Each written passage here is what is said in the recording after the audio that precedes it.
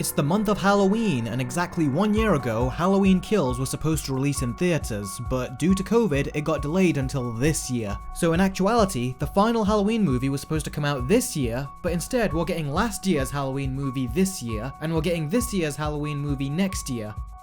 So what did I think of the movie? Well, with regards to the horror aspect of the film, nothing in the movie made me jump, but there was a lot of very good tension building which had me on the edge of my seat sometimes, and the movie has some really good commentary on an angry mob. The town decides that they've had enough and all band together to kill Michael Myers, and much like in real life, when you get an angry mob, they become mindless animals and just start tearing up whatever they see and leave a trail of destruction and chaos around them, hurting anyone they cross paths with. So this movie had very good commentary on that, and showed just how mindless angry mobs can be. Although it introduced a weird character to do it, and we get no answers as to who that character was this whole time. I really enjoy the killings in this movie too. This is probably the highest body count of all the Halloween movies, and I really liked it. Although some of the deaths were shot very well, and some others felt like they weren't as detailed as some of the killings in the previous Halloween movies. So I wish they did a better job with some of the deaths. But overall, the deaths were satisfying in this film. The movie also flashes back to the events of the first movie, and I really enjoyed how the film was edited to look like a movie from the 1970s, and they did such a good job with this that I was actually disappointed when they flashed forward to present day.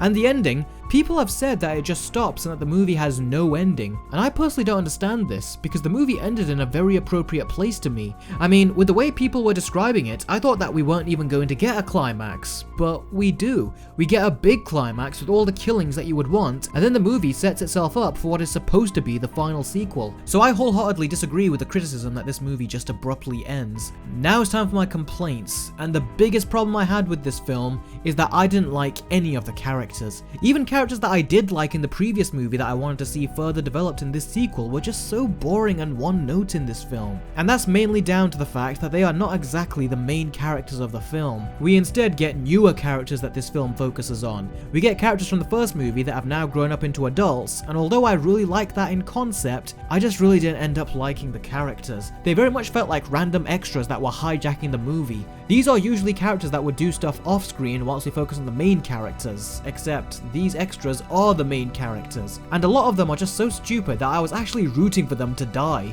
This woman, there is a scene where she thinks Michael Myers is in her car. As she's running away, she tells her husband to go check and gets angry at him for not wanting to go. There was no liking this character from this point on, and I wanted her to go. Laurie was also not in this movie much. She had plenty of screen time, but she didn't really do anything. They're most likely saving her for the final movie in the trilogy, which will be called Halloween Ends.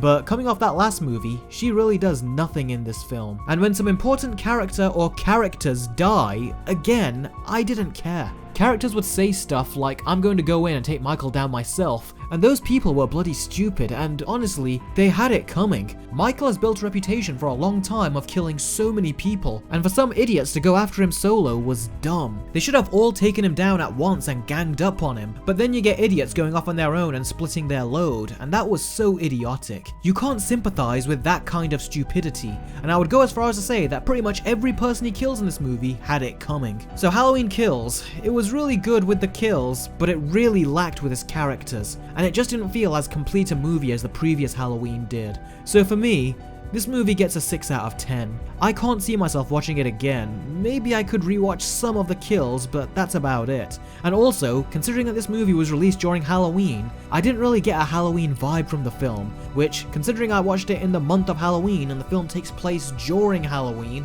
I expected it to really play up its Halloween atmosphere a lot more than it did.